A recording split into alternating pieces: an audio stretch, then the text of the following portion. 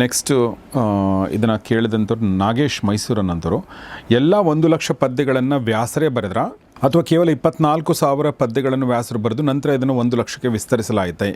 ದಯವಿಟ್ಟು ತಿಳಿಸಿ. ಅದೊಂದು ಭಾಳ ಕಾಲದಿಂದ ಚರ್ಚೆಯಲ್ಲಿರೋ ವಿಷಯ. ಅಂದರೆ ಮೂಲ ಮಹಾಭಾರತ ಇರುವಂಥದ್ದು 24,000 ಶ್ಲೋಕ ಅನ್ನುವ ಮಾತು, 1,00,000 ಅನ್ನೋದು ಬೇರೆಯವರು ಬೆಳೆಸಿದರು ಅನ್ನುವ ಮಾತು. ಆದರೆ ವಾಸ್ತವವಾಗಿ 1,00,000 ಶ್ಲೋಕಗಳನ್ನು ವ್ಯಾಸರೇ ಬರೆದಿದ್ದೆ, ವ್ಯಾಸರೇ ರಚಿಸಿದ್ದೆ.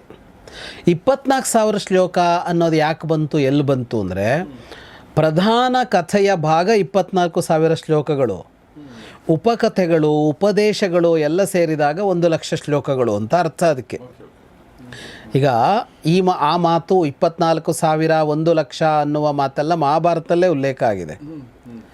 ಅದಕ್ಕೆ ಅರ್ಥ ಏನು ಅಂತ ಅಂದರೆ ಇಡೀ ಮಹಾಭಾರತ ಎಷ್ಟು ವಿಸ್ತಾರ ಅಂದರೆ ಇಲ್ಲಿಗ ಪಾಂಡವರ ಕಥೆ ಮುಖ್ಯ ಅಂತ ಅಂದ್ಕೊಂಡ್ರೆ, ಪಾಂಡವರು ಮತ್ತು ಧಾರ್ತರಾಷ್ಟ್ರರ ಕಥೆ ಮುಖ್ಯ ಅಂತ ಅಂದ್ಕೊಂಡ್ರೆ, ಶಂತನುವಿನಿಂದ ಜನಮೇಜಯನವರೆಗಿನ ಕಥೆ ಇದರ ಮುಖ್ಯ ಕಥೆ.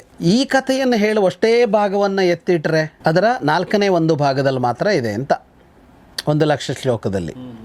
ಇನ್ನು 3 ಭಾಗ ಏನು ಅಂತ ಅಂದರೆ ಯಾವುದ್ಯಾವುದೋ ಇನ್ನು ಯಾರದ್ದೋ ಚರಿತ್ರೆ ಇದೆ, ಯಾರಿದ್ದೋ ಕಥೆ ಇದೆ, ಸುದೀರ್ಘವಾದ ಉಪದೇಶಗಳಿವೆ, ಇದೆಲ್ಲ ಸೇರಿದಾಗ 1,00,000 ಆಗಿದೆ ಅಂಥದ್ದು.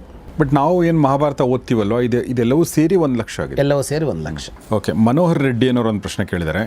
ಇದು ಕೊನೆ ಭಾಗದ ವಿಚಾರಗಳನ್ನ ಇಟ್ಕೊಂಡು ತುಂಬ ಜನ ಪ್ರಶ್ನೆ ಕೇಳಿದ್ದಾರೆ.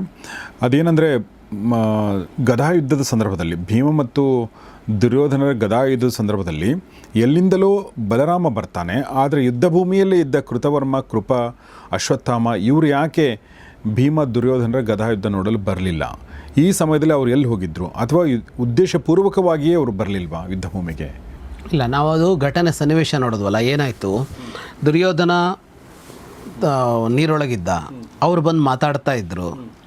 ಅವರು ಮಾತಾಡ್ತಾ ಇದ್ದಾಗಲೇ ಇವರು ಬಂದು ಬೇಟೆಗಾರರು ಬಂದು ನೋಡಿಕೊಂಡು ಹೋಗಿ ಅವರಿಗೆ ಹೇಳಿದ್ದು. ಹೇಳಿದಾಗ ಆ ಕಡೆಯಿಂದ ಪಾಂಡವರ ಸೇನೆ ಬರ್ತಾ ಇರೋ ಶಬ್ದ ಕೇಳ್ತು. ಕೇಳಿದಾಗ ಆ 3 ಜನ ನಾವು ಇಲ್ಲಿಂದ ಹೊರಟು ಹೋಗ್ತೀವಿ ಅಂತ ಹೇಳಿ ಹೊರಟರು. ಯಾಕೆ ಅಂದರೆ ದುರ್ಯೋಧನ ಅಡಗಿದ್ದಾನೆ, ದುರ್ಯೋಧನ ಸಿಗಲ್ಲ ಅಂತ ಗೊತ್ತು ಅವರಿಗೆ. ಪಾಂಡವರು ಹುಡುಕ್ತಾ ಇದ್ದಾರೆ ಅಷ್ಟೇ, ದುರ್ಯೋಧನ ನೀರೊಳಗಿರೋದ್ರಿಂದ ಸಿಗೋಲ್ಲ. ಎಕ್ಸಾಕ್ಟ್ಲಿ. ಈ 3 ಜನಕ್ಕೆ ತಪ್ಪಿಸಿಕೊಳ್ಳಬೇಕಾಗಿದೆ. ಉಳಿದವರು 3 ಜನ, ಅವರದ್ದು ದೊಡ್ಡ ಸೈನ್ಯ ಇದೆ ಇನ್ನು. ಹಾಗಾಗಿ ಅವರು ಈ 3 ಜನ ಉಳಿದಾಗಿಂದಲೂ ಅವರು ಓಡ್ತಾನೆ ಇದ್ದಾರೆ. ಎಕ್ಸಾಕ್ಟ್ಲಿ. ದುರ್ಯೋಧನನ ಹತ್ರ ಅದಕ್ಕಿಂತ ಮೊದಲೇ ಅವ್ರು ಹೋಗಿದ್ದಾರೆ ಅಲ್ಲಿಂದ. ಯಾಕೆ ಅಂದರೆ ಅವ್ರು ಬದುಕಿದ್ದು ಇವನಿಗೆ ಗೊತ್ತಿಲ್ಲ, ಇವ್ರು ಇದ್ದಿದ್ದು ಅವನಿಗೆ ಗೊತ್ತಿಲ್ಲ ಅಂತೆಲ್ಲ ಆಗಿತ್ತಲ್ಲ, ಅದೆಲ್ಲ ಕಥೆಯಲ್ಲಿ ನೋಡಿದ್ವಲ್ಲ. ಹಾಗಾಗಿ ಅವರು ಪಾಂಡವರಿಗೆ ಹೆದರಿಯೇ ಹೋಗಿದ್ದಾರೆ. ಅವ್ರಿಗೆ ಏನು ಮಾಡಬೇಕು ಅಂತ ಗೊತ್ತಾಗಿಲ್ಲ. 3 ಜನ ಏನೂ ಮಾಡೋಕ್ಕಾಗಲ್ಲ.